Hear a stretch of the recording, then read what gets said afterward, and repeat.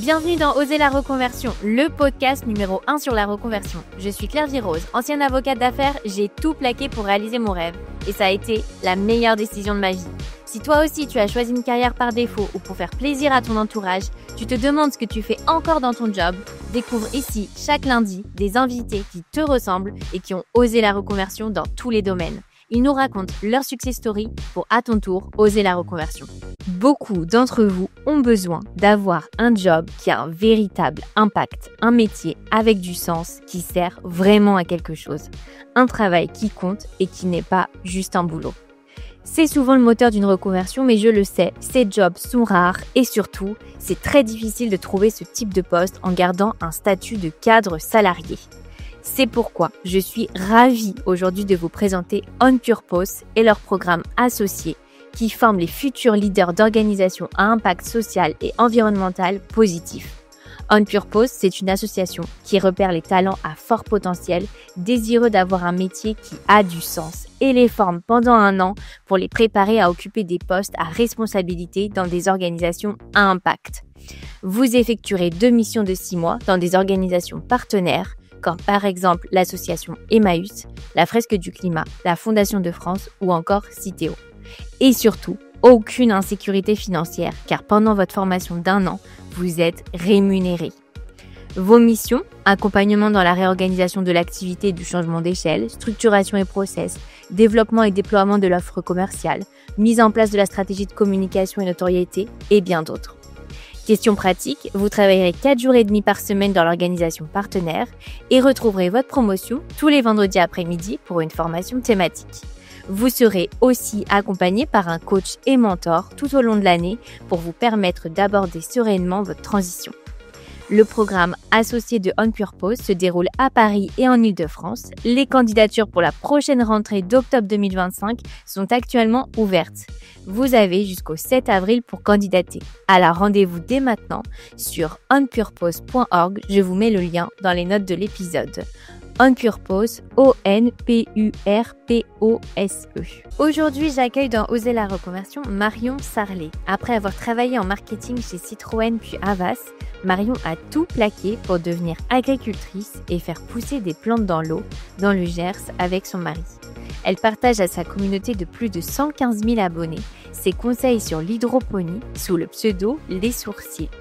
À la fin de ses études en école de commerce, Marion part faire son stage de fin d'études en Argentine. Elle est responsable de la stratégie média chez Citroën, puis chez Havas pour des clients comme Air France, Red Bull.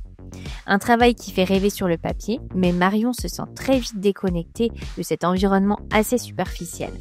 Elle sent le gap avec ses collègues qui s'épanouissent dans ce job alors qu'elle ne se projette pas dans la vie de ses boss. C'est en Argentine au cours d'un week-end avec son mari que Marion découvre par hasard l'hydroponie, la science qui consiste à faire pousser des plantes hors sol, dans l'eau, grâce à l'ajout de nutriments dans l'eau. Très vite, ils commencent à faire pousser des aromates, des fraises sur leur balcon dans leur appartement. Avec son mari argentin, ils décident alors de rentrer en France et de créer ensemble leur micro-ferme hydroponique écologique dans le Gers. Aujourd'hui, Marion est agricultrice avec son mari depuis 12 ans. Ils vendent leurs produits très prisés aux restaurateurs. Marion forme également en présentiel et en ligne les particuliers et les professionnels à l'hydroponie. Elle est également auteure du livre « Montez votre micro-ferme en hydroponie, bioponie et aquaponie ». Alors avec Marion, on a évoqué sa vie en Argentine, pourquoi ils ont tout plaqué avec son mari alors qu'ils avaient tout sur le papier, sa volonté de devenir entrepreneur, comment ils se sont retrouvés agriculteurs malgré eux, ses a priori sur la vie rurale, les jugements de son entourage face à ce nouveau statut d'agriculteur, sa passion pour l'hydroponie et la difficulté de vendre des formations en ligne. Mais je ne vous en dis pas plus et laisse place à ma conversation avec Marion. Bonjour Marion, bienvenue dans Oser la reconversion, je suis ravie de t'accueillir. Bonjour Claire-Vie, merci de me recevoir. Alors, est-ce que tu peux te présenter ? Alors moi je m'appelle Marion Sarlet, j'ai 37 ans. En ce moment je vis dans le sud-ouest, dans le Gers. J'ai 2 petites filles, 6 et 7 ans, et je suis maraîchère et formatrice. Alors, tu as fait une reconversion totale à 180 degrés. parce qu'avant, tu avais un métier beaucoup plus conventionnel et tu as commencé à travailler en Argentine. Alors, est-ce que tu peux nous raconter un petit peu comment ça s'est fait, comment tu as décidé d'aller faire tes études en Argentine? En fait, quand j'étais au lycée, moi, j'avais une seule, idée en tête, c'était de faire, ce qui je sais pas si ça existe encore, un VIE. Donc c'était la possibilité d'aller travailler quelques années à l'étranger. Je pense que c'est parce que, mes parents étaient expats et j'avais grandi un peu à l'étranger aussi. Donc je voulais absolument reproduire ça. Donc je m'étais dit: «Bon, qu'est-ce qui me permet de faire un VIE?» C'était très intéressé et il y avait soit ingénieur, soit école de commerce. Au début, j'étais partie pour ingénieur et puis dans un entretien, pour, une prépa d'école d'ingé, il y a la personne qui me faisait l'interview m'a dit: «Mais en fait, vous avez totalement un profil commercial, qu'est-ce que vous faites là?» Et moi, je m'étais dit: «Allez», j'ai pris ça comme un signe du destin et ça avait l'air d'être plus simple de rentrer en école de commerce qu'en école d'ingé et hop, j'ai fait vraiment une pirouette et j'ai dit: «Allez, école de commerce» et donc j'ai fait une école de commerce à Marseille et pour avoir, le diplôme, il faut quand même être, trilingue à la fin et donc je m'étais dit: «Bah, je vais faire des stages dans des pays qui me permettraient d'être trilingue» et donc mon dernier stage, il fallait que ce soit espagnol, la langue et donc je suis partie en stage en Argentine et là-bas, j'ai fait mon stage pour une entreprise française, Citroën et à la fin de mon stage, ils m'ont embauchée et donc moi, j'adorais l'Argentine, j'adorais, mon équipe de travail, j'étais trop contente. Je voulais rentrer en France pour faire le master et ils m'ont dit: «Si tu restes en Argentine, on te paye le master et on aménage tes horaires de travail pour que tu fasses les 2 en même temps». Enfin, c'était vraiment royal et donc j'ai fait mon master là-bas. Moi, j'avais une super boss. Et tes parents, alors, avec tes parents, t'as vécu où dans le monde? En Chine, de mes 7 à 12 ans, donc j'ai vécu 5 ans là-bas. Ah oui, quand même. Et ça t'a marqué? T'avais envie d'y retourner ou pas spécialement? Ah ouais. Ah ouais, vraiment, encore aujourd'hui, j'ai envie d'y retourner.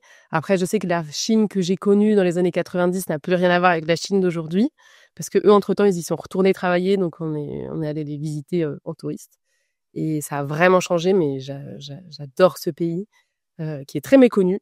Enfin, on n'a pas forcément l'image qu'on en a représente pas forcément le pays tel qu'il est là-bas, puis c'est très grand, donc il y a plein de choses différentes. Mais ouais, j'aimerais bien y retourner et j'aimerais bien pouvoir offrir ça aussi à mes enfants, de vivre à l'étranger, mais mon mari est pas prêt. Et pour revenir à ta vie en Argentine, alors, comment c'est de travailler là-bas un peu? Quel est le quotidien? Quel était ton quotidien là-bas? Bah, c'était vraiment une vie d'entreprise, très carrée et rangée.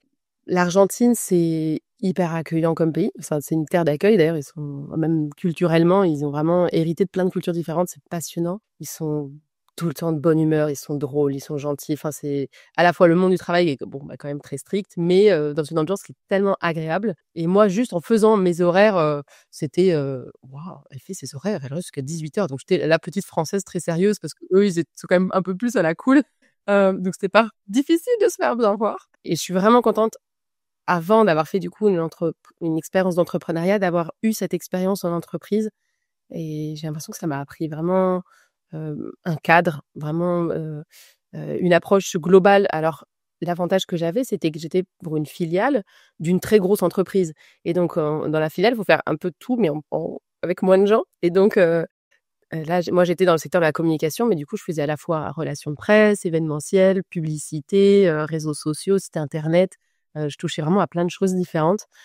Ça, c'était hyper agréable et formateur aussi, voilà. Mais assez rapidement, je me suis rendu compte que techniquement, j'étais pas au niveau et donc quand j'avais des réunions avec des fournisseurs, voilà, par exemple de sites internet ou pour de la pub, ils utilisaient plein de termes techniques que je comprenais pas forcément et j'avais un peu l'impression de me faire rouler parce qu'il suffisait qu'ils m'inondent de termes techniques que je comprenne pas et moi je disais: «Oui, oui, c'est très bien ce que vous avez fait».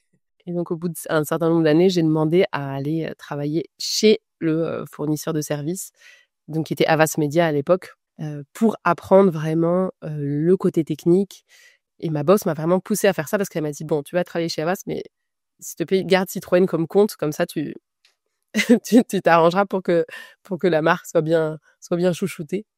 Et donc c'est drôle parce que généralement quand on est en agence, on veut passer en marque et quand on est en marque, généralement, on veut pas repasser en agence, mais bon, faut croire que j'aime pas faire les choses dans l'ordre et donc je suis passée en agence, voilà, pour apprendre tout ça.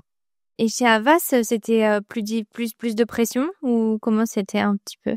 Bah là, c'est un monde, vraiment différent. très stressant, très stressant. Du coup, je comprends pourquoi les agences veulent partir chez les marques. C'est beaucoup plus cool parce qu'on travaille pour plusieurs marques différentes. Il y a une hiérarchie qui est assez marquée et quand tu as de petites mains, il faut je faisais vraiment des très gros horaires, j'étais sous pression tout le temps.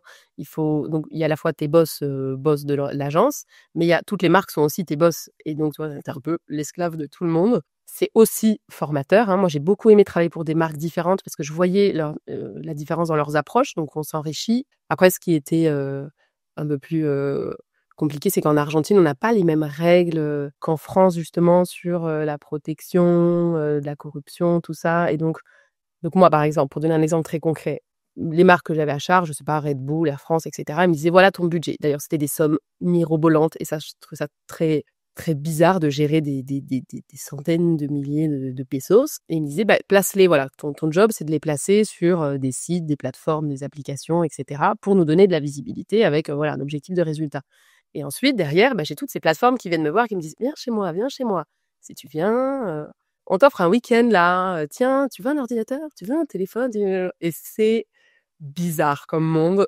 J'étais pas vraiment à l'aise. Alors, il y en a qui adorent jouer ce jeu et moi, je n'étais pas du tout à l'aise. Je sais pas si c'était vraiment un monde pour moi. Et d'ailleurs, je l'ai remarqué aux pauses déj où j'avais pas grand-chose en commun avec mes collègues et je me trouvais parfois un peu toute seule.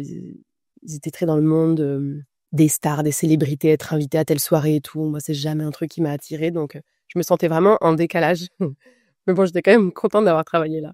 Et je pense que c'est un peu ça, je pense, qui m'a fait exploser à un moment où j'ai dit bon là, je peux pas faire carrière là-dedans, c'est pas pour moi. En plus, je voyais des gens qui étaient tellement épanouis dedans. Je me disais bon, eux, ils ont pas l'air de se forcer, c'est que ça doit bien coller à leur personnalité. Moi, ça va pas. Et c'était comment la vie en Argentine? Est-ce que c'est facile pour les expats là-bas? On est bien intégrés?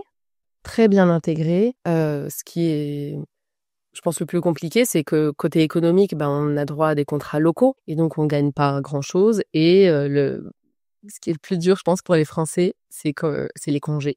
Parce que là-bas, c'est 2 semaines par an. Et quand tu as de l'ancienneté, tu peux avoir 3 semaines de la folie. Et après, c'est compensé par le fait que l'État, et ça, je trouve ça assez malin, donne beaucoup de jours fériés. Et c'est pour promouvoir le tourisme local, pour que les gens bougent. Mais s'ils ont 3-4 jours, ils vont bouger en Argentine, ils vont pas aller dans d'autres pays. Mais si tu es expat, forcément, tu as envie de rentrer à Noël, aux grandes vacances, en été en France. Bon, avec 2 semaines, c'est un peu compliqué, quoi. Après, moi, j'ai posé des congés sans solde. Mais bon, il faut avoir des revenus qui permettent d'avoir des fois des semaines sans solde. Ouais. Et alors, tu trouvais que c'était un monde peut-être un peu superficiel C'était un monde, enfin, je trouvais ça indécent, les sommes d'argent que je gérais et c'était superficiel, il y avait beaucoup de pression. Il y avait beaucoup des jeux de pouvoir, de manipulation qui, moi, me parlent pas du tout. Il y avait beaucoup de politique et finalement, en fait, j'avais l'impression que mon travail pouvait pas être valorisé pour vraiment la qualité de mon travail parce que parfois, je me donnais à fond, j'avais l'impression d'avoir fait quelque chose de très bien, mais en fait, le rang au-dessus, il y avait des directeurs qui s'étaient arrangés et finalement, tout ce que j'avais fait, ça avait servi à rien et en fait, c'était difficile de voir le résultat concrètement de ce que je faisais. Ça dépendait pas forcément de mon travail. Et ensuite, bah, forcément, quand on est dans la vingtaine, on se projette et je me disais: «Bon, alors ce serait quoi le futur? Ce serait de prendre la place de mon boss», mais du coup, ça avait pas l'air très attirant. Et puis, ouais, gérer des gens aussi, c'est quelque chose, qui est pas pour tout le monde à mon avis. En tout cas, c'est sûr, c'est pas pour moi. Hem, donc ouais, je me voyais pas rester là. Et donc, à ce moment-là, tu te dis quoi? Je rentre en France déjà? Et bah, à ce moment-là, j'avais rencontré mon mari, du coup, quand j'étais chez Citroën. Donc je m'étais mariée en Argentine et on vivait ensemble.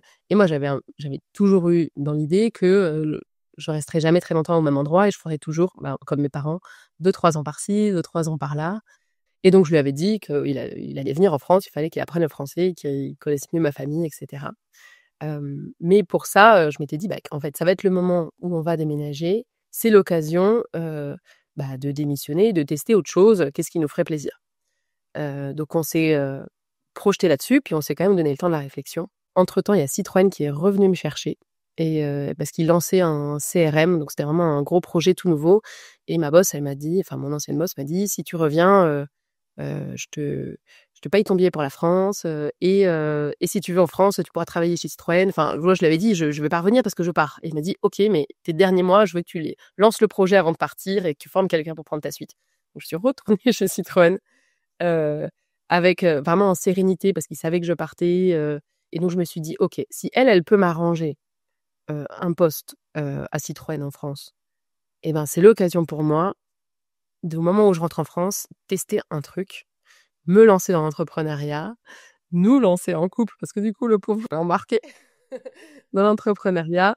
Et comme ça, si ça marche pas, et ben on a un plan B, on ira postuler à Citroën, porte de Saint-Ouen. Donc mon mari qui était informaticien, bon, il s'est retrouvé embarqué avec moi dans cette démission, déménagement. Et on avait vraiment mis des sous de côté. On a vendu nos voitures en partant en Argentine, donc on avait de quoi voir venir, de quoi même investir un petit peu dans une future entreprise. On s'est dit, bon, allez, on avait une idée en tête. On s'est dit, on se donne 6 mois pour voir s'il y a quelque chose de concret qui se met en place. Et s'il y a rien, bon, ben voilà, on retourne là. Et puis, on n'était pas malheureux non plus dans ces travails-là. Et tu avais tout ton projet d'entreprise, comment ça s'est passé? Bah, quand j'avais fait l'école de commerce, vraiment, ils nous avaient inspirés à l'entrepreneuriat. Alors, pas particulièrement la partie que j'ai faite en France, mais j'ai fait des échanges en Angleterre et au Canada. Et dans la culture anglo-saxonne, enfin, principalement vraiment à Montréal, ils nous avaient tellement poussé à l'entrepreneuriat, ils nous avaient mis sur des projets extraordinaires et ça m'avait, ça m'avait vraiment parlé. Je me suis dit: «Mais c'est génial d'essayer ça», tout en sachant que c'est pas, obligatoire que ce soit des projets qui soient sur toute la vie. En fait, c'est un peu ça aussi qui m'avait montré, je trouve qu'on n'en parle pas trop en France, c'est qu'on peut faire de l'entrepreneuriat sur 5-10 ans et ensuite faire autre chose. C'est souvent on le voit comme on lâche tout et puis c'est parti, jusqu'au bout, jusqu'à ses 75 ans. Non, pas forcément, on peut le faire comme un petit projet à un moment où on a de l'énergie, on a du temps et là, je me dis: «Mais c'est le moment parfait pour moi, j'ai personne à charge». Enfin, mes parents étaient en bonne santé, pas d'enfants, des sous de côté. Je me disais: «Mais si c'est pas là que je me lance, c'est quand, en fait?» Et alors l'entrepreneuriat, ça me disait bien, mais alors l'idée, j'en avais pas trop, quoi. Et en fait, en Argentine, par hasard, on était allés, sur, une cabañas, donc c'est une petite, maison sur pilotis, dans le delta du Tigre. C'est un endroit où c'est une zone très inondable. Donc c'est des petites îles qui s'inondent assez fréquemment, donc on est sur des pilotis. Et là, les personnes qui nous avaient hébergés, c'était un petit week-end qu'on a fait en amoureux, avaient une serre en hydroponie. Alors moi, je savais pas du tout ce que c'était, mais j'avais vu qu'il y avait une serre, je me suis dit: «Bon, ça nous fera un truc à visiter». Moi, je viens pas du tout du monde agricole, je suis pas une passionnée de plantes, c'est pour ça que c'est assez drôle. Je n'étais pas destinée à ça. Et là, on visite cette serre avec des plantes qui poussent dans l'eau. Déjà, j'étais là: «Mais qu'est-ce que c'est que ce truc? Des racines dans l'eau, mais ça a pas de goût». Enfin, vraiment, j'étais très dubitative, je m'en souviens bien. Et ils nous font goûter des fraises et là, c'était délicieux. Et il faut savoir qu'en Argentine, ils sont très forts pour faire de la très bonne viande, hein, c'est vraiment leur truc, la la viande de bœuf. Mais alors les légumes, il y a pas beaucoup de variétés différentes, ils sont pas très goûtus, bon, donc j'aime bien manger quand même. Et alors, j'étais très contente de trouver des choses délicieuses et j'étais choquée que ce soit aussi bon que ça pousse dans l'eau. Et en fait, Nicolas, mon mari, c'est un geek. Et donc lui, il a tout de suite voulu comprendre: «Qu'est-ce qu'il y a? Qu'est-ce qu'il y a? Comment ça se fait? Je veux comprendre». Comment ça marche? Oui. Et donc il a acheté des bouquins, des trucs, on s'est inscrit à une formation. Il voulait savoir ce qu'il y avait dans l'eau pour que les plantes, elles soient bonnes comme ça. Et il adore tout ce qui est chimie, biologie et tout. Il s'est vraiment passionné du truc et il a compris. Puis on a décidé de monter un petit système sur notre balcon. Ça tombait bien parce qu'on avait essayé de mettre des bacs en terre, ça avait été totalement foireux. Et là, dans l'eau, ça a tout de suite poussé super vite, super bien, super bon. Et on a dit: «Ah, c'est incroyable ce truc, mais comment ça se fait que personne le fasse?» Et c'est vraiment une problématique de milieu urbain en plus, d'avoir un petit potager, vraiment efficace.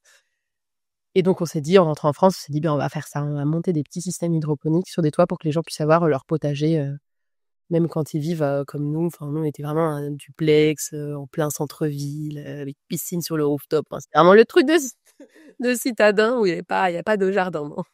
Est-ce que c'est le même principe que, quand tu prends, par exemple, le noyau d'avocat que tu mets dans l'eau pour que ça germe, c'est le même principe, en fait, de faire pousser dans l'eau?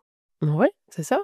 En fait, donc l'hydroponie, hydro, c'est l'eau et ponos, c'est le travail, donc le travail de l'eau. Donc c'est des plantes qui, s'affranchissent de la terre, donc c'est super quand tu as pas de terre et donc comme support, elles ont l'eau et dans l'eau ensuite, tu dois mettre des nutriments. Le noyau d'avocat, ce qui est bien, c'est que dans le noyau, il a déjà de la nourriture. Donc, il peut déjà pousser pas mal juste dans l'eau. Ensuite, si tu veux qu'il grandisse mieux, il faudra le mettre dans la terre pour qu'il ait des nutriments pour mieux pousser. Mais si tu veux pas passer dans la terre, tu peux aussi le laisser dans l'eau et juste rajouter des nutriments dans l'eau pour qu'il ait de quoi se nourrir. Parce que rien ne se perd, rien ne se crée, tout se transforme. Et pour faire une belle plante, il faut dans tous les cas mettre quelque part de la nourriture. Et j'en profite parce que souvent, on voit ça comme quelque chose de très négatif, mais il y a plein de plantes actuellement qui poussent comme ça, le riz, le cresson de fontaine, il y a toutes les plantes aquatiques, elles poussent comme ça. Et des nutriments, aujourd'hui, avant c'était pas le cas, mais aujourd'hui il en existe de plein de sortes différentes, exactement comme quand on cultive en terre. Il y a des nutriments minéraux et il y a des nutriments bio et donc organiques. Et il y a moyen de rendre son eau vivante avec des bactéries, des champignons. Enfin, c'est vraiment tout un monde pour les gens qui sont un peu curieux. C'est un sacré délire à aller explorer. Et tu peux faire pousser quoi alors comme type de légumes Ah, mais en fait, tu peux tout faire pousser dans l'eau. Toutes les plantes sont capables de pousser dans l'eau. C'est ça qui est assez fou. On peut faire des arbres, on peut faire des cactus. J'ai fait pousser plein de cactus dans l'eau. Les gens, ils sont souvent choqués parce qu'on pense que ce sont des plantes qui n'aiment pas l'eau. En fait, ce qu'elles aiment pas, ces plantes, c'est être asphyxiées dans l'eau. Donc, si l'eau n'est pas oxygénée, elles vont s'asphyxier. Mais on fait du thym, du romarin, pas de problème. Ah, maintenant, tout n'est pas forcément rentable dans l'eau. Ça va pas être rentable d'avoir un arbre dans l'eau parce que ça va prendre énormément de place. Et puis l'arbre, il met très longtemps avant de donner des fruits. Donc, généralement, les cultures hydroponiques, ça va être fait pour faire des légumes-feuilles. Voilà, je sais pas, des épinards, des choux, des salades, et puis des fruits et des légumes de type un peu ratatouille, tomates, courgettes, aubergines. On fait des concombres, on fait des fraises. Et on fait plein de... Comme ça peut donner, quand on travaille bien, des plantes très fortes. Je fais beaucoup d'aromates parce que du coup, ça fait du super basilic, super persil, super ciboulette, super moutarde. Et ouais, on se régale. Ouais, parce qu'en fait, tu contrôles mieux ce qu'ils absorbent, comme tu contrôles l'eau, c'est ça? Exactement, ouais. Tu peux tout mesurer. Alors, tu pas obligé de tout mesurer et là, du coup, comme on propose des formations aujourd'hui, je vois plein de profils différents. J'ai beaucoup d'ingénieurs qui viennent parce qu'ils adorent tout mesurer et eux, ouais, vraiment, on mesure l'acidité de l'eau, les nutriments, leur quantité et ça permet d'optimiser, de faire aucun gâchis et ce qui est assez magique, c'est que c'est en circuit fermé, donc les nutriments qu'on met, en fait, ils vont circuler jusqu'à ce qu'ils soient absorbés et pour ça, c'est vraiment durable parce qu'en fait, il y a aucun moment où on va rejeter quoi que ce soit dans la terre. L'eau, elle circule, on peut la laisser 1 an, 2 ans, 10 ans, si on veut. C'est la même eau, les mêmes nutriments et tant qu'ils sont pas absorbés, on va pas rajouter. Donc en fait, on dépense très peu en eau, en nutriments. On a des frais fixes qui sont assez faibles pour des plantes qui sont, en super bonne santé. Alors attention, je fais le disclaimer tout de suite. L'idée, c'est pas de remplacer la terre par du hors-sol. Quand on a de la terre, il y aura rien de plus durable que de cultiver sa propre terre, parce que, même, en hors-sol, on est quand même dans du plastique, on a quand même besoin d'électricité pour faire tourner tout ça, même si on en dépense quand même très peu. Alors qu'en terre, non. Là, l'idée du hors-sol, tel qu'on le développe, en tout cas moi, ce que j'essaie de promouvoir, c'est pour ceux qui ont des terres qui sont polluées et malheureusement, il y en a plein. Des terres qui sont, juste, pas, fertiles comme, là où nous on est installés, on est sur une dalle d'argile, c'est très bon pour la poterie, mais pas du tout pour faire pousser des plantes. On forme beaucoup de personnes dans les dom-toms, ils sont sur du sable, voilà, enfin bon, de la roche volcanique. Eux, ils peuvent pas cultiver en terre et pour ces personnes-là, on leur propose une alternative qui est l'hydroponie et qui est la plus durable possible. Mais mon discours, c'est pas du tout de passer, toutes les terres cultivables en hors-sol. Et on parle de quelle quantité d'eau c'est pas dangereux de mettre ça sur son balcon? Le balcon, il risque pas de s'effondrer Ah mais merci Clarisse, c'est une super remarque. Il faut faire attention, ouais. En effet, mais même chez soi, hein, il y a une portance au sol et il faut connaître la portance, et choisir son bac en fonction de la portance. Mais il y a des bacs de toute taille, et généralement les portances sont bien faites, mais sur les bâtiments anciens, faut bien regarder. Tu peux avoir des bacs de 100 litres. Bon, voilà, s'il est sur 1 mètre carré, ça fait 100 kilos au mètre carré. C'est là, en allant regarder la portance, qu'on va savoir si on l'installe ou pas. Mais il y a aussi des tout petits bacs. Généralement, quand on commence dans des bacs de 60 litres. Bon, généralement, il y a pas trop de risques, mais tu as raison, faut bien se renseigner. Si on fait par exemple des fraises ou des tomates, tu pas forcément besoin de beaucoup d'eau? Les fraises, non, pas du tout. Les tomates, ça consomme pas mal d'eau. Après, tu pas besoin d'un immense réservoir parce que l'idée, c'est de le remplir au fur et à mesure que la plante se nourrit. Dès que tu vois que ton niveau baisse, hop, tu rajoutes un petit peu. Et puis, c'est pas plus mal parce que comme ça mélange un peu le tout au moment où tu en rajoutes. Ouais, tu pas forcément besoin, oui, d'avoir un gros réservoir. Je pense un petit peu aux personnes qui habiteraient en ville, qui voudraient se lancer. Je conseille de te lancer, parce que vous avez une formation pour, justement, apprendre à faire pousser des fraises. Tu conseilles de se lancer par, enfin, pour quel, produit? Ah bah justement, là, on est en train d'écrire un article de blog sur les 5 plantes pour lesquelles je conseille de commencer et les 5 plantes à éviter. Et justement, les fraises et les tomates, je conseille de pas commencer par ça parce que c'est pas les plus faciles. Il y en a vraiment qui sont plus faciles que d'autres et souvent, bah, on se dit: «Waouh, j'ai trop envie de manger une fraise». Et on va commencer par les choses les plus complexes et ensuite, du coup, on galère un peu, puis on se déprime et puis on abandonne, ce qui est trop dommage. Donc ouais, je conseille souvent de commencer par les aromates qui sont, bon, délicieuses et super simples. Ouais, basilic, c'est vraiment, le roi. Il est trop facile à faire pousser. Basilic, persil, ciboulette, tous les petits choux, les épinards, les blettes, qu'est-ce qu'on a? Le cresson de fontaine, toutes les plantes qui sont un peu aquatiques aussi, elles sont sympas. La menthe, ça pousse trop bien dans l'eau. Trop bien, vraiment trop dans le sens où vous allez l'avoir partout. Et dans les légumes, c'est les poivrons qui sont vraiment les plus simples. Enfin, ils sont solides, quoi. Donc, même si on les maltraite un peu, ils vont être là, ils vont être bien. Et après, une fois qu'on a fait une saison pour se faire la main, hop, la saison d'après, parce que faut quand même suivre un peu les saisons, pour des questions de lumière et de température. Voilà, la saison d'après, hop, là, on se lance sur les tomates, les fraises, les aubergines, tout ça. Et pour revenir alors à votre projet entrepreneurial, donc vous l'aviez développé déjà en Argentine, voilà, pour un petit projet perso un peu, un hobby, quoi. Et toi, en même temps, tu as envie de lancer ton entreprise et comment tu fais le lien entre les 2? Et ben, je m'étais dit, je vais faire un état des lieux de ce qui existe en France sur l'hydroponie. En Argentine, c'est assez connu finalement parce qu'ils ont des gros problèmes de pollution des terres, parce qu'ils n'ont pas de normes environnementales et du coup, ils traitent énormément et donc presque toutes leurs salades sont faites en hors-sol. Et parce que les gens ont vraiment la panique des phytosanitaires. Ils savent que c'est très pollué, il y a eu plein de scandales. En France, pas du tout. Alors en France, j'arrive dans un monde où je savais pas, mais parce que personne dans le monde agricole dans ma famille, mais le français aime sa terre et le français aime son terroir. Et c'est très bien. Et quand on parle de hors-sol, c'est un gros mot. Mais c'est fou parce que dans plein d'autres pays, c'est pas du tout un gros mot. Mais alors en France, quoi? Ouh là là là là. Donc l'hydroponie, ça va être connu soit pour des plantes qu'on fait pousser en intérieur, cachées de tous, à usage récréatif, mais pas à usage alimentaire. Voilà, donc les gens se disent le mot hydroponie, il y a une partie des gens qui est là: «Quoi? Martine, c'est quoi ton truc? C'est un peu bizarre, non?» Et je fais: «Non, non, pas du tout, pas du tout, des salades». Ils me disent: «Des salades? Mmh. Bon, heu donc voilà, je passe pour, voilà, une hippie auprès de un certain nombre de personnes et pour certaines autres personnes, ils vont me dire: «Ah oui, l'hydroponie, les tomates sans goût dans les grandes serres chauffées, anti-écologiques, c'est quoi ton truc Marion? Je pensais que tu aimais la nature». Donc c'est très difficile d'approcher la France avec ce projet-là. Néanmoins, bah, en fait, le le destin a mis devant nous, aligné plein de petites étoiles.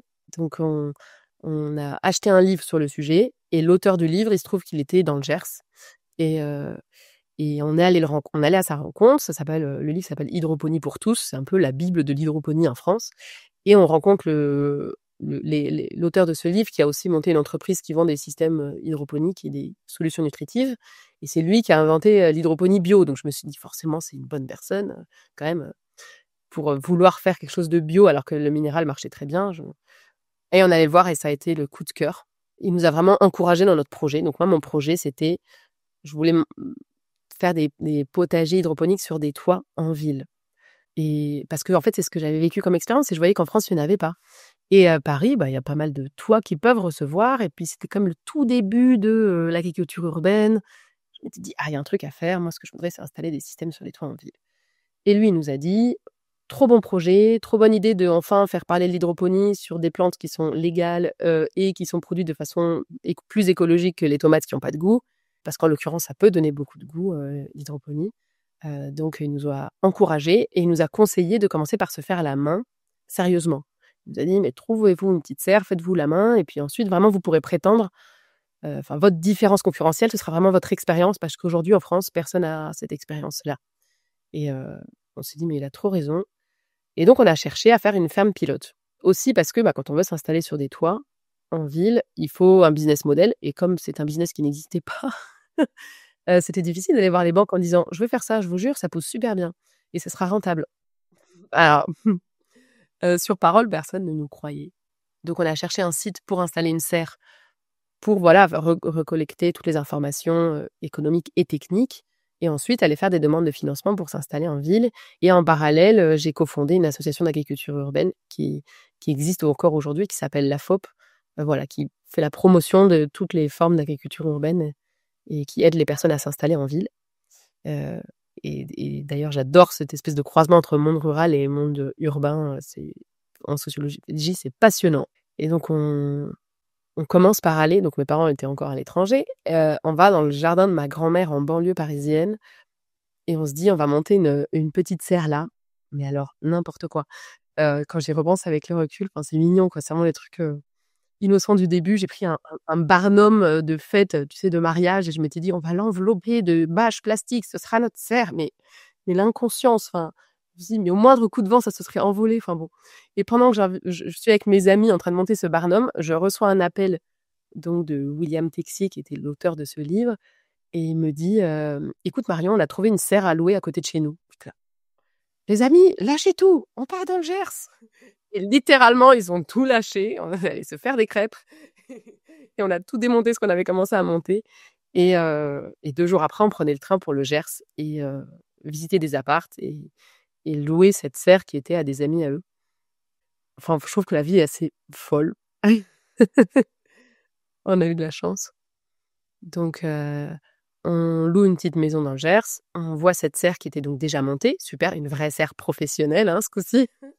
Et ils nous proposent un loyer vraiment pas cher en échange de services, donc ça nous a aussi bien aidés et on se dit: «OK, on va faire notre ferme pilote ici». On va voir du coup cette entreprise qui fabriquait des systèmes hydroponiques et on leur dit qu'on veut faire des systèmes, mais un peu grands. Parce qu'eux, ils avaient des petits systèmes pour des petites plantes d'intérieur, mais ça existait pas la micro-ferme et donc en fait, on va vraiment, pareil, William, il nous dit: «Bah, écoute Marion, ça c'est mes équipes techniques, ça c'est mes usines, vous venez, vous faites comme chez vous, vous fabriquez un truc et nous, si ça marche bien après, nous on le vendra». Mais alors, je sais pas quelle entreprise propose ça, mais là c'était royal. Donc on a passé, 2-3 mois avec Nico, les équipes techniques, de cette entreprise à monter un système, à le tester et puis une fois que ça a marché, on l'a installé dans notre serre. On l'a testé pendant quelques mois, puis on en a construit un deuxième et un troisième. Et aujourd'hui, donc 12 ans plus tard, ça fait 12 ans qu'on s'est installés, eux, ils commercialisent en effet ces systèmes, donc c'était gagnant-gagnant et nous, on a pu avoir un prototype, où on a payé que la matière première. Donc les systèmes sont montés, on met des plantes dedans, bah, pour tester si ça marche. Donc pareil, on note tout comme des petits scientifiques rigoureux et tout et en fait, les plantes, elles ont commencé à pousser très, très rapidement et très rapidement, on s'est dit: «Mais en fait, on en fait quoi de toutes ces plantes qui poussent?» Enfin, nous, on n'avait pas prévu de manger, 460, bok choy là, la semaine prochaine. Donc on se dit: «Bon, va falloir qu'on les vende quand même, parce que, ben, nous, on produit pour tester le système, mais qu'est-ce qu'on en fait?» Hem Et donc là, je commence à faire une petite étude de marché assez rapidement, voir à qui on pourrait les vendre. Tant qu'à faire, je me suis dit: «Bah, voilà, on va même récupérer des sous» et je me rends compte qu'il y a quand même une bonne demande, pour des plantes un peu «rares» entre guillemets. Disons qu'il y a pour tout ce qui est légumes, il y a déjà des fournisseurs locaux, mais tout ce qui va être, menthe, coriandre, shiso japonais, généralement, les restaurateurs, ils vont se servir à Métro, qui est une grosse centrale d'achat, et à Métro, bon, bah, ça peut venir de l'étranger, ça peut venir de plein d'endroits différents et donc on commence à vendre nos produits. Puis en fait, assez rapidement, on les vend bien et donc on produit, on vend et on se rend compte qu'on est devenus agriculteurs. Un peu malgré nous. C'est arrivé un peu par hasard, quoi et puis on se rend compte que plus le temps passe et moins on passe de temps. C'est assez fou ce moment, c'est une transition qui est assez dingue. Parce qu'on observe quand même comment sont organisées nos journées, surtout qu'on est tous les 2 un peu déracinés, on n'a pas d'amis, voilà. On est vraiment dédiés à ce projet et on se rend compte qu'on passe beaucoup moins de temps sur les dossiers de financement, les banques et les appels pour avoir des fonds. On passe beaucoup plus de temps sur la ferme. Pourquoi? Parce qu'en fait, ça nous plaît d'être là au milieu des plantes et de les faire pousser et nos clients sont hyper contents, donc en plus, c'est très gratifiant et à un moment, quand même, on se regarde, on se dit: «Mais, est-ce que c'est vraiment une ferme pilote? Est-ce qu'on va vraiment aller monter quelque chose en ville?» Surtout que c'était un enfer ces histoires de dossiers parce que le PLU, voilà, justement les normes de portance, la sécurité. Enfin, monter un projet agricole en ville, au niveau administratif, c'est très compliqué. Et donc on s'est dit: «Mais là, on est heureux, en fait. Et si on devenait agriculteur?» Et ça a vraiment été la discussion d'une soirée, quoi. On s'est dit: «On fait quoi? On met un frein à main sur le projet d'agriculture urbaine, de vendre des fermes, de les développer», et on s'est dit: «Bah, ouais, en fait, là, on touche à quelque chose, bah, apparemment, c'est économiquement, ça marche, ça nous plaît», et ça, c'était assez fou, quand même.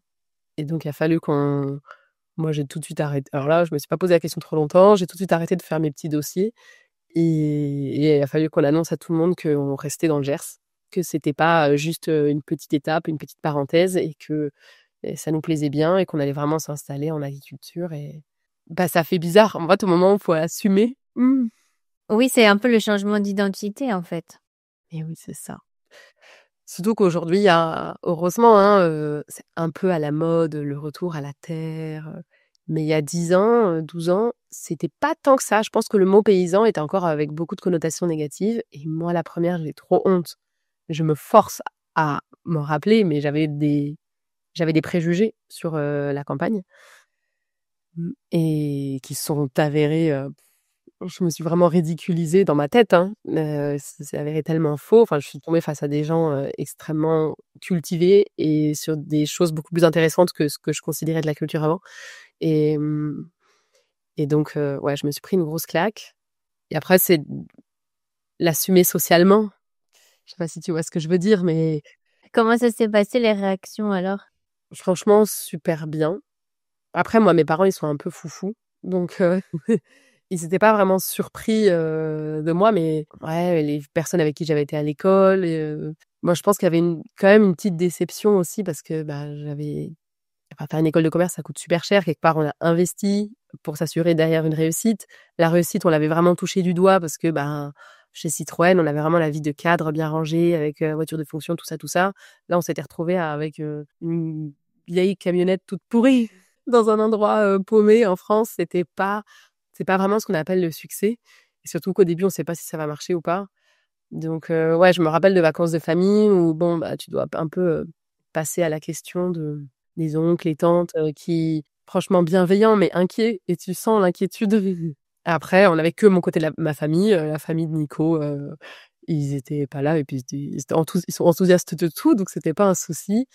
Je pense que pour d'autres personnes, c'est un frein qui peut, enfin, dans un autre contexte familial moins tolérant, c'est un frein qui peut être vraiment, définitif, hein, final. Pour nous, c'était plutôt, d'une part, il me disait, «Prends pas de risques inconsidérés», voilà, mais d'un autre côté, il me disait, «Bah, c'est le bon moment, vas-y, et puis si ça foire, tu auras toujours des plans B», donc c'était pas mal. J'ai pu prendre des risques, raisonnables. C'était surtout risquer mon temps, finalement, parce qu'on s'était tout de suite mis d'accord de pas acheter de serre. Ça coûte, c'est le moment où on achète une serre, tout de suite on s'endette, c'est sûr. Voilà, c'est dans les 200 000 €. Bon, là, on doit être, derrière, faut assurer. Là, on était en location, donc en fait, c'est vraiment génial. Si on en a marre, on part, on doit rien à personne, et tout le matériel qu'on avait acheté pour dans la serre, on l'avait fait avec nos économies d'Argentine, donc on s'était pas endettés. Finalement, c'était pas mal. Comment ça s'est passé pour toi un peu, de passer de la vie urbaine à la vie rurale, ça t'a tout de suite plu? Franchement, c'est une bonne question. J'ai l'impression d'être passée par tellement d'étapes, et j'ai l'impression que je suis plus la même personne. J'ai vraiment, l'impression que la campagne m'a changée, mais profondément. Après, j'adore retourner en ville, mais pour des week-ends ou des vacances. Je sais pas si je pourrais revivre en ville. Mais au début, j'ai été condescendante, c'est horrible, hein, mais j'avais l'impression d'être supérieure. Je suis désolée, c'est vraiment sincère, mais c'est honteux, mais je sais pas pourquoi il y a ça, hein, mais Oui, tu disais: «Moi, je suis là, mais pas vraiment parce que je suis là pour un test, j'ai mon entreprise, je suis pas comme vous», un petit peu. je suis pas comme vous. Moi, j'ai voyagé, j'ai vu des choses. Horrible, horrible, horrible, ce comportement, vraiment. Et puis très vite, voilà, il faut coller. Alors heureusement, je pense que j'ai jamais eu de comportement, c'était juste des pensées au fond de moi. Heureusement, je crois que je l'ai pas laissé transparaître, et donc on s'est très vite, intégrés. On a été hyper bien accueillis. Je sais pas si c'est pareil dans toutes les campagnes en France, mais dans le Gers, les gens sont adorables, accueillants, ils se mêlent pas de tes affaires, Voilà, je crois qu'on avait une réputation, le mot qui utilise, c'était ils sont un peu illuminés. Moi, ça me va très bien, illuminés, tu vois? On était un peu les barjots avec notre projet un peu lunaire, mais c'est vraiment pas négatif, je trouve, comme connotation. Enfin, ça va, c'est raisonnable. Et j'ai appris tellement de ces gens-là. Et j'ai appris tellement du fait d'être, c'est tellement cliché, mais connecté, aux arbres, aux plantes. J'arrête pas de regarder par là parce qu'il y a la fenêtre et voilà, il y a des arbres, il y a des oiseaux qui passent. Et que je me suis vraiment rendu compte à quel point je vivais un peu à côté de ma vie avant, parce que, je sais pas comment dire, le fait d'être plongé en fait dans la nature, tout de suite on est lié parce qu'on voit, comme on est dedans, on n'a pas d'autre choix que de voir, voilà, les feuilles qui tombent, les fleurs qui sortent en premier, les oiseaux. Donc là, ce matin au petit déjeuner, il y a un rouge-queue noir qui est sur ma terrasse et je sais que c'est la première parce que tous les matins au petit déjeuner, je regarde les oiseaux. C'est une activité passive. C'est pas je me dis: «Tiens, je vais regarder les oiseaux». C'est juste que c'est tellement ancré dans les habitudes, ça se fait tout seul et j'ai dit à mon mari, j'ai dit: «Ah, ils sont revenus de migration. C'est la première fois que je le vois» et ça, c'est une joie et en fait, du coup, le fait d'être dedans, il y a plein de petits bonheurs qui arrivent que je trouvais pas dans la vie d'avant parce qu'en fait, j'ai l'impression que ma vie était très lisse et plate en ville parce qu'on est entouré du même paysage. Donc en hiver, même s'il fait nuit à 17h, comme les lumières de la ville sont là, on se rend pas compte qu'on est dans la nuit et donc on va pas profiter, voilà, c'était la pleine lune il y a pas très longtemps et donc on marchait le soir et on se fait illuminer par la lune et c'est extraordinaire et ça nous apporte du bonheur. Ou le fait de connaître les saisons. Donc là, et les asperges qui vont arriver, on n'en mange pas le reste de l'année. On sait que voilà, après les asperges, il va y avoir, les fraises et puis les petits pois et tac, tac, tac, il y a tout qui va revenir et la première tomate, ça va être une fête parce qu'on n'en a pas mangé pendant 8 mois et ça, je l'avais pas dans la vie de ville parce que je mangeais des tomates toute l'année. Donc la, tomate, peu importe le moment, c'est juste une tomate. Alors que là, il y a vraiment heu, des petits rythmes comme ça, qui sont source de bonheur. Tu dans le moment présent, en fait. Ouais. Ouais, après je sais pas si c'est moi qui suis enfin, je dis pas que la ville c'est nul, hein, je pense qu'il y a des gens qui sont plus ou moins sensibles. Aussi qu'il y a plusieurs vies dans une vie et peut-être que là je me sens pas du tout isolée parce que j'ai mes enfants, on bouge encore beaucoup et cetera. Peut-être que, je suis pas fermée, après un certain âge, quand mes enfants seront partis, en fait j'aurai besoin de l'effervescence de la ville parce que c'est ça qui me fera sentir vivante et c'est le lien aux autres et donc c'est voilà, je suis pas du tout catégorique, la campagne c'est mieux que la ville, non, non, non. Je suis vraiment contente d'être passée par hasard par là et d'y être restée. Et alors, comment vous organisez votre activité aujourd'hui? Parce que vous avez plusieurs activités. Ah oui. Alors comment ça s'est passé pour avoir le déroulement un peu chronologique? Donc on est devenus agriculteurs. On s'est mis à produire des aromates, des fleurs et des micro-pousses pour des restaurateurs. Heu, le monde agricole, c'est beaucoup d'heures de travail pour des revenus pas très grands. C'est hyper, gratifiant, dur, formateur, voilà.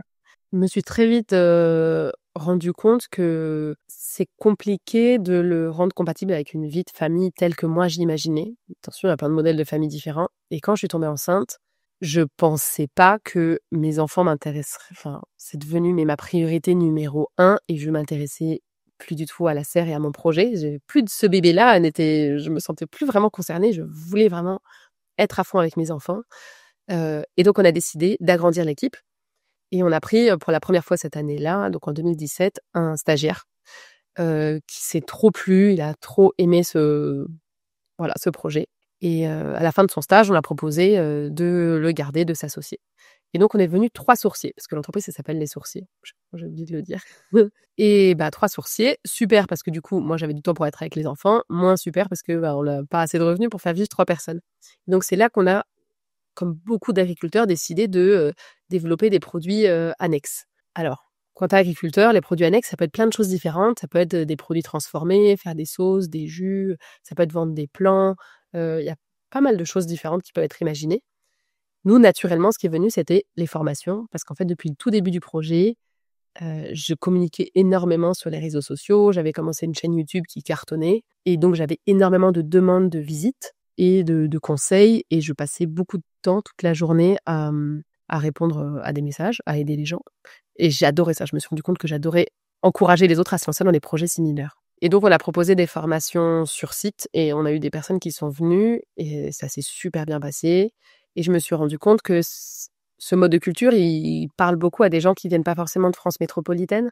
Donc on a eu beaucoup de gens qui sont venus, des DOM-TOM, d'Afrique francophone Et ça me faisait, au bout de quelques années, je me suis dit: «Quand même, ils passent tout leur budget dans les billets d'avion, ils apprennent plein de choses, c'est sûr, mais je préférerais que cet argent-là, ils le mettent pour acheter, des graines, des systèmes de culture, des substrats». Et donc c'est là où comme je maîtrisais déjà les outils, de production de vidéos parce que je faisais déjà des vidéos YouTube tout le temps, je me suis dit: «Bah, je vais faire des formations en ligne». Et donc on a développé, moi je me suis vraiment concentrée sur développer du contenu en ligne, faire des vidéos, les mettre sur une plateforme de formation, du coup avoir un site internet un peu bien pour que les gens puissent nous trouver et tout en continuant à faire du contenu gratuit, sur YouTube, Instagram, TikTok, où on est à fond parce que sur YouTube, on en est à 75 000 abonnés, donc c'est vraiment chouette. Il y a une grande communauté qui s'est montée là et trop bonne ambiance. Ça me plaît, j'en ai un peu, besoin de cette effervescence, ça me booste beaucoup au quotidien. Et donc maintenant, on a à la fois des formations en ligne, sur les micro-pousses, l'hydroponie, faire de l'hydroponie aussi pour les particuliers. Et là, je suis en train de sortir une formation sur la physiologie végétale. On en a aussi une sur la production de fraises. Voilà, plein de projets. Plein d'autres en projet aussi. Et ensuite, les personnes, pour certaines formations, peuvent compléter avec des jours de formation sur place à la ferme. Voilà, pour ceux qui ont le temps, sont pas trop loin, peuvent venir, ils viennent sur place nous rencontrer. On fait 4-5 sessions par an avec des groupes qui viennent à la serre. Oui, je vais écrire aussi un livre, Monter votre micro-ferme en hydroponie, bioponie et aquaponie. C'est vrai que tu as plusieurs projets. Donc, comment tu t'organises? Toi, l'essentiel de ton activité, c'est plutôt de communiquer sur les réseaux. C'est vrai que vous avez une communauté de 115 000 abonnés, donc c'est assez énorme. Toi, tu es plutôt voilà, la personne qui va communiquer sur les réseaux. Comment vous organisez un petit peu aujourd'hui? Alors aujourd'hui, on est encore 3. Donc depuis 2017, Brice est parti et a été remplacé par Coralie. Donc on est toujours 3. Et donc on a chacun nos pôles un peu de compétences. Donc Coralie, elle fait vraiment que de la serre. Elle fait principalement la relation avec les clients. Ça, c'est très chronophage. Donc elle prend les commandes, elle fait les listes de produits et elle va livrer. Nico, il est vraiment sur l'aspect technique de la serre. Donc Nicolas, c'est mon mari. Et lui, il va vraiment s'assurer que tous les systèmes fonctionnent bien. Et il y a souvent des petites pannes, même après toutes ces années d'activité, des petites pannes, des petites fuites. Donc il est vraiment dans l'amélioration des systèmes, la nutrition des plantes. Il s'occupe aussi des insectes parce qu'on ne traite pas du tout nos plantes. On fait de la PBI. Donc c'est des insectes qui vont s'occuper de se débarrasser des mauvais insectes. Donc il faut intégrer ces insectes, s'assurer qu'ils restent, etc. Voilà l'entretien de la serre. Et puis quand il y a des formations, lui, il est aussi là pour certaines parties de la formation, justement sur les aspects bien techniques. Et moi, je vais être sur toute la création de ces contenus-là, donc pour les vidéos, le livre et tout. Et ensuite, ce qui est vraiment un luxe pour moi, c'est que personne ne m'attend vraiment à la serre. Et donc, quand j'y vais, je sais pas, je passe peut-être 2 jours par semaine à la serre. Généralement, je fais une matinée bureau, après-midi serre. Et en fait, tout ce que je fais, c'est du bonus. Et, et donc voilà, si je vois Coralie est en train de semer, je me mets à semer. Si je vois qu'il y a besoin d'un coup de ménage, je me mets à passer un coup de balai. Je me dis, ah, et si on plantait des asperges? Et hop, je vais faire des trous, je vais planter des asperges pour nous, parce que du coup, on se nourrit aussi de ce potager-là. Et l'équilibre entre temps de bureau, où vraiment, c'est un travail administratif principalement, et le moment à la serre où je me bouge déjà, c'est très agréable. Je vois des choses qui poussent, je vois la nature qui avance et en fait, ça me vide le cerveau. Je me rends compte que ça me donne plein d'idées de vidéos. Les gens me demandent souvent: «Mais comment tu fais pour avoir tout le temps parce qu'on en sort tout le temps des vidéos. Comment est-ce que je fais pour avoir tout le temps des idées de vidéos?» En fait, c'est parce que j'ai vraiment des instants où je suis en train de désherber et donc mon cerveau, il est libre. Tu sais, c'est comme ces artistes qui peignent et en fait, ils vont faire des balades et puis ils reviennent et ils se mettent à peindre des trucs incroyables. Et le fait d'avoir ce moment, très opératif à la serre, ça me plaît énormément. Ce qui est pas hyper, bien vu quelque part par la société aussi, d'avoir un job très opératif, où je me suis pris souvent des réflexions: «Mais pourquoi, tu fais pas un job plus de management, à s'agrandir et tout?» Et en fait, moi, ce qui me plaît, c'est d'être, voilà, les vidéos, j'aime les monter. Les plantes, j'aime vraiment prendre le petit plant et les planter. Et c'est pas, mal, je sais pas comment dire, mais c'est pas très bien vu, mais c'est génial de savoir ce qu'on aime et de faire exactement ce qu'on aime. Tu veux dire, oui, le travail manuel, en général, c'est vrai que c'est un peu sous-coté, quoi. Voilà, exactement. Et alors, vous en vivez aujourd'hui? Parce que c'est vrai que dans le monde des formations, ça donne beaucoup envie parce qu'on a toujours cette image de: «Ah, je peux transformer ma passion, après faire des formations, on peut partir de rien, avoir sa communauté, mais en même temps, c'est hyper concurrentiel parce qu'il y a beaucoup, beaucoup de formations en ligne. Vous en vivez aujourd'hui et peut-être comment tu as fait pour justement réussir à vivre des formations? Ouais, c'est dur. Tu as raison de le dire parce que c'est un faux bon plan. On se dit: «Oh, je fais une formation, c'est des revenus passifs. Après, je prends ma retraite à 34 ans». Non, Voilà, c'est ça, ouais. pas du tout, c'est faux.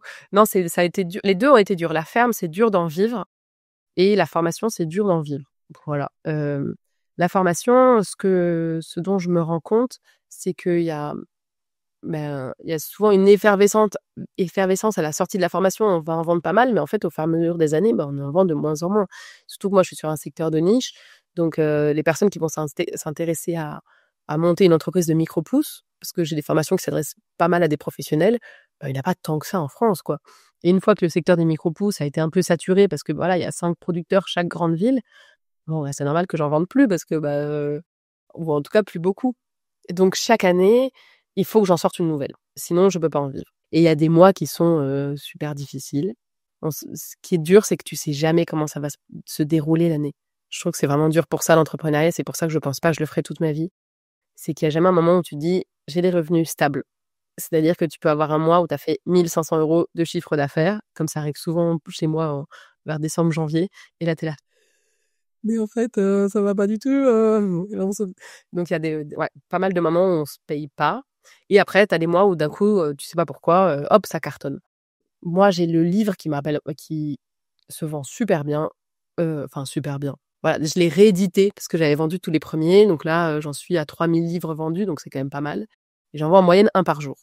Une fois que j'ai eu rentabilisé sur les premières années, l'investissement que j'avais fait pour l'écrire, maintenant, j'ai plus de bénéfices, donc c'est plus agréable. Et du coup, ça m'amène un petit fixe, tu vois, un peu moins de 1 000 € par mois, où je sais que ça, c'est à peu près régulier. Mais le reste, ça dépend vraiment des formations. Et c'est vrai que les gens se forment quand ils ont les moyens. Et donc, dès que c'est un peu des crises, les gens arrêtent de se former. C'est normal, c'est pas un produit de première nécessité. Après, on a fait un peu des partenariats avec des centres de formation, mais on n'a encore rien trouvé de super solide. Pour moi, ce qui me rassure, c'est que je me dis, tant qu'on a des choses à raconter, on va sortir des nouvelles formations. Et si moi, je suis pas en confiance, en capacité de parler d'un sujet, je vais trouver des intervenants et créer du nouveau contenu. J'aime ça aussi parce que j'apprends des nouvelles choses quand je trouve des intervenants. Donc là, sur la physiologie végétale, j'ai un gars qui parle des plantes. C'est passionnant, c'est génial, je me régale. Donc même si c'est pas rentable à la fin, au moins j'aurai appris plein de choses. Je me rassure comme ça. Et je me dis tous les ans, il faut que je sorte un nouveau contenu, sinon on s'en sort pas. Je pense que c'est totalement utopique de se dire je vais faire un truc qui marche et ensuite c'est fini, je vais faire la sieste jusqu'à la retraite. Enfin bon, je sais pas, peut-être qu'il y en a qui arrivent, vraiment bravo à vous, tant mieux. Après, c'est vrai que je pense que quand on est français et qu'on fait du contenu en français, quand même, le marché est beaucoup plus limité que quand on est américain. Et surtout un petit peu le concept de la semaine de 4 heures, tout ça, c'est pour des Américains ou des anglophones. Et tu as quand même un marché qui est beaucoup plus gros, quoi, pour vendre des formations. Et alors, peut-être, quels sont vos projets pour la suite? Est-ce que tu as des nouvelles idées? Parce que tu vois, les formations, c'est arrivé un peu après. Peut-être vous allez avoir encore de nouveaux projets finalement, parce que ça fait quand même 12 ans que ça existe. Oui, ça fait longtemps, hein. Moi, je pensais pas que ça durerait aussi longtemps. Et en fait, honnêtement, j'arrête pas de me dire, moi, j'ai pas l'impression d'en avoir fait vraiment le tour. Donc, tant que j'ai des choses encore à apprendre, je suis dans la créativité, j'ai envie de continuer. Le jour où j'aurai plus rien à apprendre, on arrêtera. Mais je me dis, si je vois vraiment quelque chose qui me tente, j'adore le changement. Mais je vois rien qui puisse me donner une vie meilleure que celle que j'ai aujourd'hui. Parce qu'aujourd'hui, j'ai vraiment l'impression d'avoir trouvé quelque chose qui me convienne à moi, où j'ai pas mal de... Déjà, je fais des tâches qui me plaisent. À la fois, je suis stimulée créativement, opérationnellement. Je rencontre plein de gens passionnants. Et j'ai du temps pour être avec mes enfants. Et j'ai vraiment conscience que c'est un privilège et c'est un luxe, ça. Même si, évidemment, au niveau financier, c'est pas très simple tout le temps, qu'au niveau du travail, il y a plein de challenges. Réussir à avoir ce temps pour être avec les enfants et faire quand même une majorité de tâches qui me plaisent, je sais que c'est une chance incroyable et que ce serait difficile à retrouver ailleurs. Faudrait pas être trop ambitieux et se dire «Ah ouais, je vais changer, je vais cartonner et tout». C'est sûr que cette expérience d'entrepreneuriat m'a donné la confiance de me dire «Mais en fait, tout est possible». Et j'aurais tendance à dire «Oui, je peux monter notre entreprise, il suffit de se décarcasser et on y arrive». Mais je sais pas si j'arriverai à trouver un truc aussi confortable au niveau de l'équilibre de vie. Comme projet, justement, j'aimerais bien faire du contenu pour les enfants parce que mes filles, j'ai l'impression que je trouve rien de super fun à leur montrer. Et en plus, moi, j'aime bien un peu faire des vidéos humoristiques pour les enfants. Donc là, on a fait une série de vidéos pour les enfants qu'on a présentées au CNC pour avoir des financements. Donc si ça marche, on crée du contenu vidéo pour les enfants. Et j'ai aussi comme projet d'écrire un petit livre jeunesse pour les enfants sur les plantes. Ça me plaît, l'écriture. Ouais, c'est vrai que c'est super intéressant parce que c'est une activité que tu peux faire en famille le week-end. Et par rapport au financement, c'est parce que ça sera diffusé quelque part en particulier ou pas forcément? Non, on demande des aides au CNC pour la diffusion sur la chaîne YouTube, mais c'est pour produire les épisodes avec une équipe de tournage, un truc un peu bien. Et du coup, tu fais appel à une boîte de prod. Je travaille toujours avec la même qui est géniale, qui s'appelle Oiseau Bondissant. Et donc, on tente. Si on peut faire une petite série financée pour les enfants, ça pourrait nous mettre les pieds à l'étrier pour ce genre de contenu. Ouais, c'est super intéressant, je trouve. Et puis, ça permet de faire ça en famille. Donc, je trouve que c'est vraiment très sympa. Alors, dernière question. C'est toujours la question de la fin. Quel est le meilleur conseil qu'on t'ait déjà donné? Je pense que on entend souvent on nous conseille de manière générale de se recentrer. Et ça veut un peu rien dire, mais là, aujourd'hui, je crois que ça me parle beaucoup. C'est drôle parce que mes enfants, je leur demande de se décentrer, c'est-à-dire de sortir d'eux pour aller vers le monde. Et moi, là, aujourd'hui, je me dis, en fait, il faut se recentrer. C'est quelque chose qui m'a fait beaucoup réfléchir, justement, par rapport à ce que la société attend de nous en tant que travailleurs, entrepreneurs et tout. De se dire, mais tout le monde s'attend à ce qu'on s'agrandisse, à ce qu'on impose du monde et tout. Et ça, c'est le bonheur pardon, pas le bonheur, c'est la réussite selon la société. Et se recentrer, c'est se dire, c'est quoi la réussite selon moi? Et du coup, alors, je suis pas encore un exemple là-dessus, mais en tout cas, j'essaie de tout le temps travailler en me dire, mais en fait, moi, qu'est-ce que j'en pense moi? On essaie de couper les influences extérieures pour se demander qu'est-ce qui nous inspire, qu'est-ce qui nous rend heureux, et qu'est-ce qui nous rendrait fiers, nous, de nous, pas les autres de nous. C'est très difficile, mais je pense qu'avec l'âge, c'est quelque chose qui devient de plus en plus facile parce qu'on se détache du regard des autres et qu'on se dit que c'est OK, même si la société trouve que ce qu'on fait, c'est nul. Si nous, on trouve ça cool, bon, tant mieux. Voilà, un travail en perpétuelle évolution. Ouais, arrêter de se comparer en fait et d'avoir envie de ce qui paraît être bien en fait d'avoir envie. Ouais, c'est ça. Un grand merci Marion. Donc je mettrai tous vos liens de vos réseaux, votre site internet pour que les auditeurs puissent suivre tout ce que vous faites. Merci beaucoup pour tout ce que tu as partagé. Merci Claire-Louis. Si vous avez aimé l'épisode, abonnez-vous et laissez-moi un commentaire si vous écoutez l'épisode sur YouTube. Et si vous écoutez l'épisode sur Apple Podcasts, Spotify ou Deezer, abonnez-vous et laissez une note 5 étoiles et un avis. C'est ce qui donne le plus de visibilité à ce podcast. N'hésitez pas à en parler autour de vous et à partager l'épisode sur les réseaux sociaux pour aider un plus grand nombre à oser la reconversion. Si vous souhaitez suivre les dernières actualités du podcast, rendez-vous sur notre compte Instagram @oserlareconversion et pour prolonger la discussion, rendez-vous sur notre groupe Facebook dédié aux auditeurs. Ensuite, si vous cherchez toutes les notes avec les références, allez dans le détail du podcast. Si vous souhaitez devenir annonceur, me proposer un invité ou me poser des questions, je serai ravie d'y répondre par mail à l'adresse partenariat@oserlareconversion.com.